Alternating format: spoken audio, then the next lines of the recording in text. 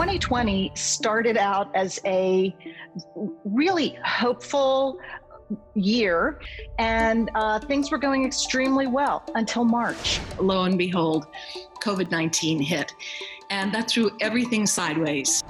We got word on, March 19th, that life as we knew it as a professional firm was going to change dramatically. Unfortunately, some of those projects were supposed to close on March 17th. And as many of you know, that's not a day that many people were closing on projects. We've had to learn to pivot really quickly. We've had to be flexible.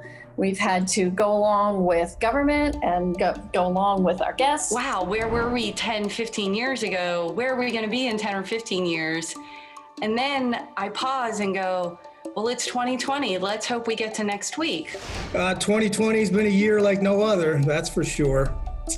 Probably a year that most people will want to forget, but it's probably the one year that everyone will remember forever, maybe with a little bit of PTSD.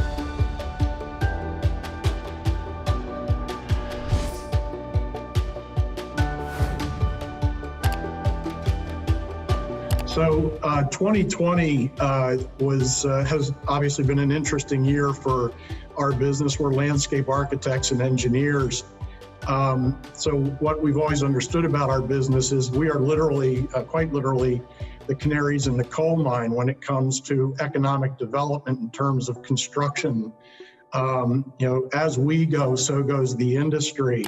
COVID definitely had a negative impact on our business.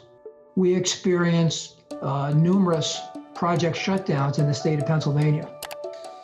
Messex continues to grow despite the many obstacles that COVID has created.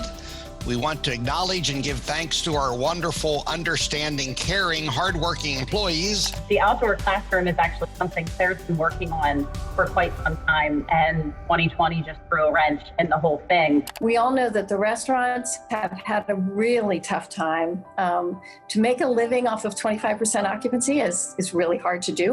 We opened Double C right around March 9th. It was maybe 5 or 6 days before the lockdown started, so impeccable timing as usual.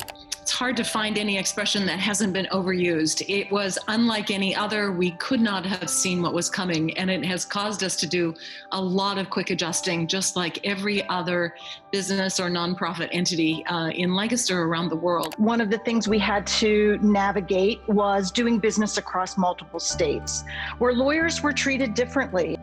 We've had challenges that we've never faced before. We pivoted and looked for opportunities, like so many companies and businesses and organizations in our community. What the EDC did is nothing short of miraculous. To really jump in, roll up their sleeves and figure this thing out as best they could, and then work to get PPE and grant funds to businesses was just phenomenal. We have outgrown our facility here in Elizabethtown and are currently trying to move forward with plans to relocate our main facility to another site in Raffo Township, Lancaster County, just 6.5 miles east on Route 283. And so the EDC has been very helpful, trying to work with our engineers and DEP, trying to keep the project moving forward. So the help we had from the EDC was critical to make sure we met that short time frame we had to be able to execute, to get us in front of the right people, and also to make sure that we were talking to the right people. A lot of people, it's a large project, so a lot of people are interested in working with us, but not everybody had the wherewithal, the vision, and the ability to execute such a project in a short timeline. How do you take a unique project that doesn't sort of fit your typical model and get it started? And we reached out to the EDC, and what was great is that they connected us to the tools and the community resources that existed to help us get started. EDC was very integral in us being able to open Double C. Randy Johnson from EDC, I don't know if we would have got it done without him. No matter what came up, it was never his first rodeo. Once COVID hit in January and February, everyone started getting spooked. We spent a lot of time talking, and he talked us off the cliff a couple times, and in the end of the day, he got the deal done.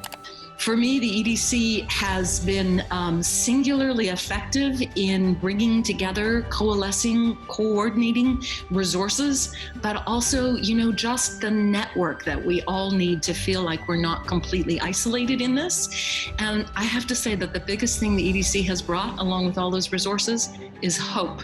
They were upfront right from the beginning, showing us the numbers and the honesty from everyone I worked with. The authenticity of the organization was so refreshing.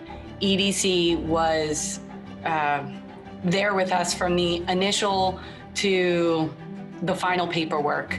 They were supportive and helpful. And if it hadn't been for EDC's involvement, we wouldn't be in this position.